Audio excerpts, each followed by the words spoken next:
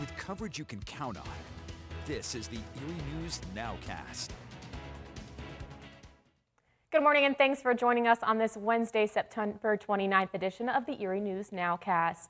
We begin this morning with an update to a story we've been following closely Tuesday evening and this morning. The lights are back on in downtown Erie after underground fire led to a power outage that lasted for more than 12 hours. Penelec crews worked through the night after a fire that broke out underground near 10th and State Streets around 6 o'clock Tuesday led to a power outage that impacted hundreds of downtown businesses and residents. The electricity and, of course, the traffic lights were out for a good chunk of downtown Erie through the overnight hours. Those lights came back on a little after 6 a.m. this morning. Penelec says at this point it looked like a failed transformer, which caused the initial underground fire. And authorities in western New York say they found now a second body in a wooded area in Chautauqua County, and they suspect foul play in both deaths.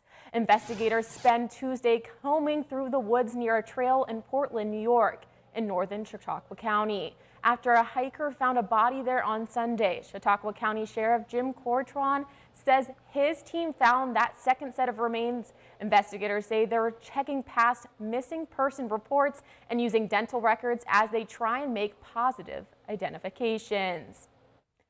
And a bill that would let Pennsylvania parents exempt their children from wearing a mask at school cleared a state Senate committee Tuesday. This new measure would hand the ultimate decision on mask wearing at schools to parents, letting them overrule any face covering mandate imposed by the Department of Health or a school board. Pennsylvania's Senate Education Committee approved the bill on a party line vote Tuesday.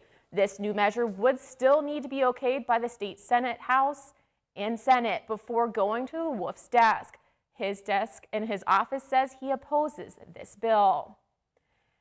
And President Biden canceled a trip to Chicago today as he tries to shepherd his legislative agenda through Congress. That's as Congress is running out of time to avert a shutdown of the federal government. For a second day in a row, Senate Republicans blocked a bill that would have suspended the national debt ceiling. The bill would fund the government and extend its credit until December. The deadline to raise the debt limit is October 18th, and the deadline to avoid a government shutdown is 12:01 a.m. this Friday. 800,000 federal workers will be furloughed then if Congress doesn't pass a measure to fund the government.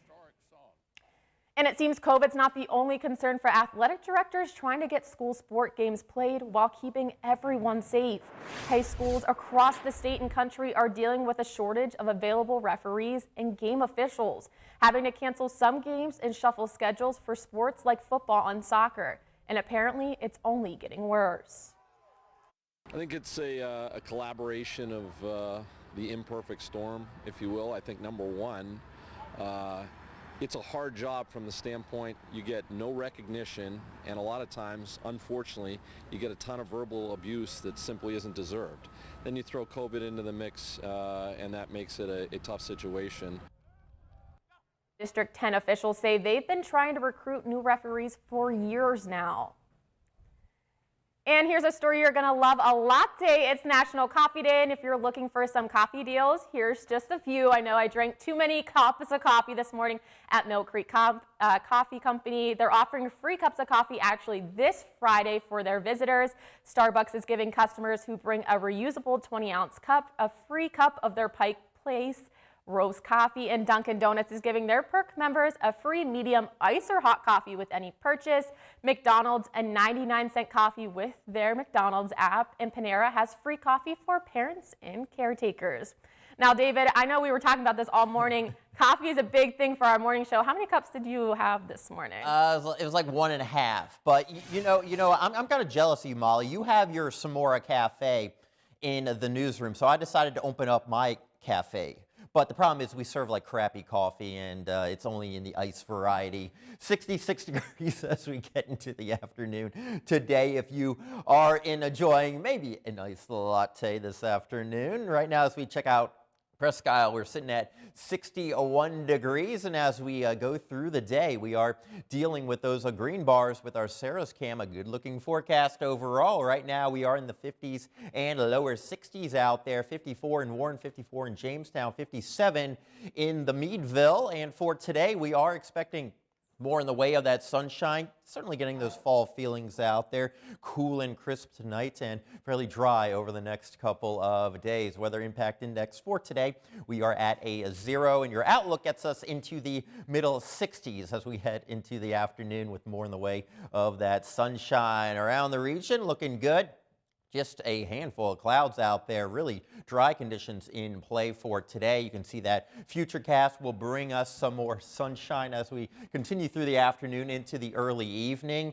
And we're looking at a little bit of extra cloud cover around on Thursday. Temperatures will be a little bit cooler. So today with the sun, yeah, that 66 degrees feels pretty good, but you limit the sunshine tomorrow and certainly going to feel a little cool at times, even during the afternoon. Your zone outlook for today, temperatures will be into the middle 60s, middle, even upper 60s. I think we can get to 68 here in Erie. A lot of sunshine across Crawford and Warren County. If you're going to the pumpkin patch this afternoon, fall is just a great time here in Northwest PA. We'll talk about the extended outlook and October in just a moment.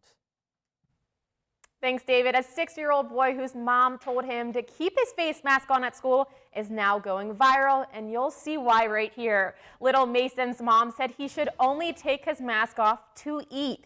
He thought that meant while taking his yearbook photo too. The photographer told Mason he could take off the mask briefly for that picture, but he remained steadfast and declined. Now the school photo of his mask, first grader, went viral after his mother attached it to a GoFundMe campaign. She said she decided to make this GoFundMe to raise some money for Mason for some type of treat as his reward for following her rules so closely. Now that campaign has now raised over $24,000. And with Halloween just a month away, it looks like more parents are open to trick-or-treating this year. That's according to a new poll out this morning. 68% of parents, when asked, said they see little or no risk in trick-or-treating this year. That's 17% more than those who are willing to take part in Halloween traditions last year. The director of the Centers for Disease Control and Prevention has said children should be able to safely trick-or-treat this year in just small groups. And this one I'm excited for. Tasting the Rainbow is about to taste a little more sour. Skittles says it's bringing back the lime flavor to its colorful candy mix. Lime was the original green Skittle until it was replaced with green apple in 2013. However, the company says many fans have been pushing for the lime's return. So starting next month, lime will be back and green apple is out. Now, David, I'm excited for this one because I was so sad. I can't believe it was actually 2013, but I just remember always got Skittles for Easter one year, ate the green one, did not taste as good. Yeah, see, I don't like the sour apple either, and I totally forgot that it was gone for that long because I swear I just recently had Skittles and I had the lime one. But thankfully, lime is back and the world can get back to a sense of normalcy, right? 62 degrees on a Thursday. We're still in the 60s as we continue through the end of the week. Friday, look at those temperatures. It is chilly at night, and some areas away from the lake, back into the higher elevations, will be down into the 30s. Weekend features 70s, but rain chances could be ticking up a little bit more Sunday into Monday. Thanks, David, and thanks everyone for joining us for the Erie News Nowcast. We'll be back tomorrow here at the same time. Our next news is coming up at noon. Make it a great day.